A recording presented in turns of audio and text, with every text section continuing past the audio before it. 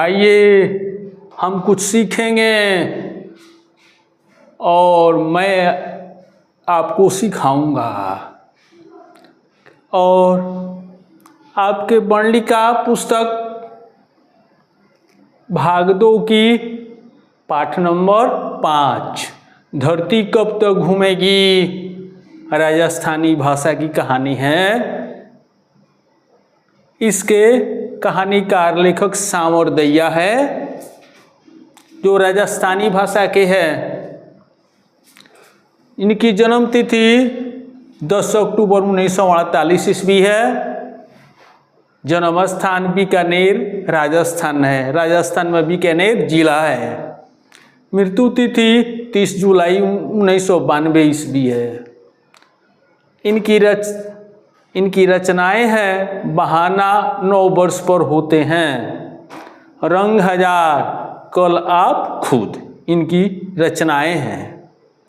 माँ पर बेटे बहुओं द्वारा यह अत्याचार की कहानी है। सीता अपने बेटों से दुखित होकर घर छोड़ देती है। कहानी का हिंदी अनुवादक सांवर दैया है। कहानी के पात्र है सीता, नायिका है कहानी की, और 3 बेटों की विधवा माँ है।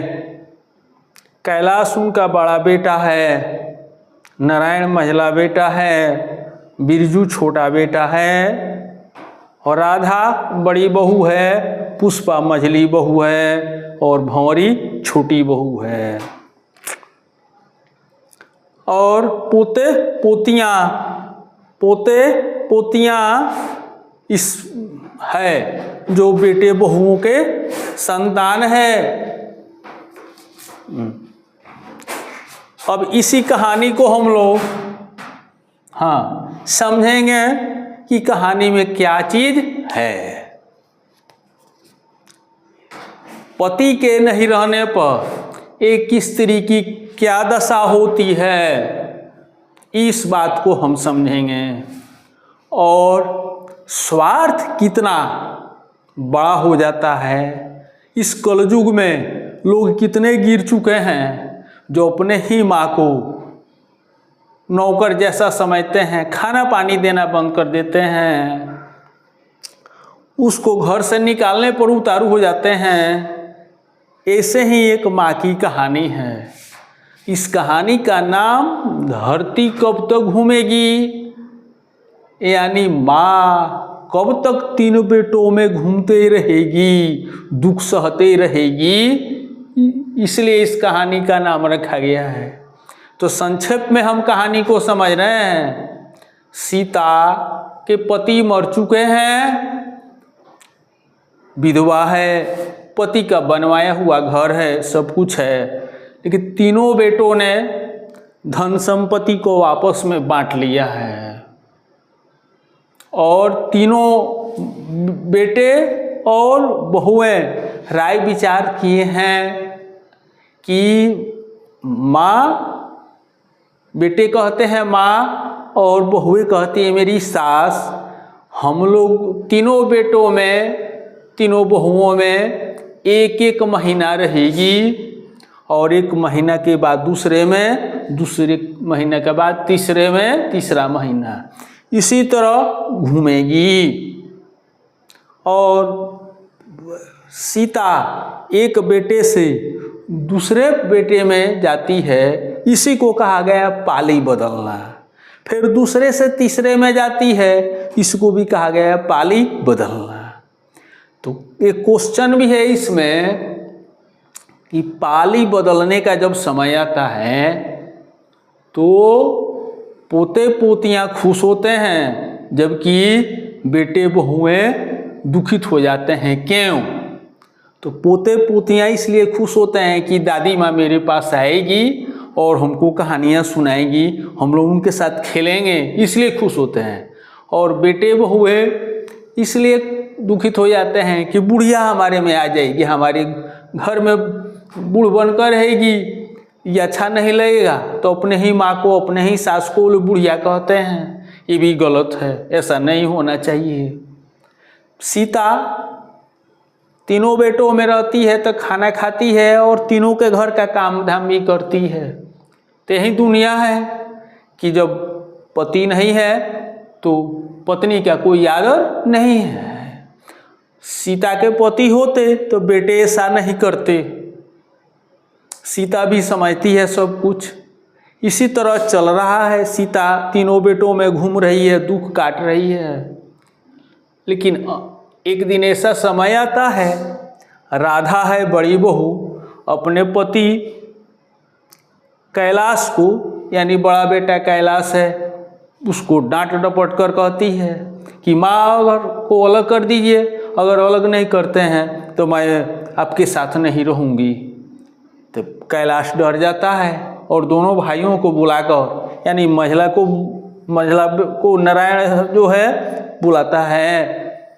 नारायण महिला भाई नारायण है तो उसको बुलाता है और छोटा भाई है वो बिरजू उसको बुलाता है और कहता है कि हम लोगों में माँ बार बार घूमती रहती, अच्छा नहीं लगता है, तो हम लोग 50-50 रुपया का महीना देंगे और एक ठो घर के बाहर जो एक ठो कोठरी है उसमें माँ रहेगी, अपना अलग बनाएगी, खाएगी, अब बदले में हम तीनों का घर का काम करेगी।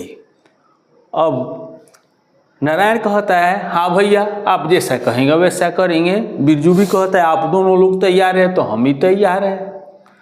अब कैलाश बुलाता है अपनी माँ सीता को, कहता है कि माँ क्या है तुम अब घूमती रहोगी तीनों में बारी बारी से। अब हम लोग एगो फैसला किए हैं कि तुमको 50-50 रुपया का महीना देंगे और बाहर वाले कमरे में, घर के जो बाहर है उसी में रहोगी, अपना बनाओगी और खाओगी और बदले में हम तीनों के घर का काम करोगी। अब इस बात को सीता सुनती है, उसका दिल टुकड़ा टुकड़ा हो जाता है कि जब मेरे बेटे ही अपने नहीं हुए तो ये बहुएं दूसरे की बेटियां हैं तो ये अपना क्या होगी। वहाँ पर मन में ही ठान लेती है कि अब हमको इस घर में नहीं रहना है और चुप रहती है। और रात होता है तो खाना भी नहीं खा पाती है और सोचने लगती है कि मेरे पति होते तो हमको यह दिन नहीं देखना पड़ता। और सोचती है जब अपने बेटों के पास रहकर नौकर बनकर रहना है और उसका काम करना है, बदले में खाना है, तो इससे अच्छा है कि इस घर को हम छोड़ दें और बाहर निकलकर किसी के घर का काम काज कर लेंगे, हमको जो मिलेगा उसको खाएंगे, लेकिन बेटों के सामने नहीं रहेंगे। बेटे जब अपने नहीं हुए तो इनके सामने रहना ही बेकार है।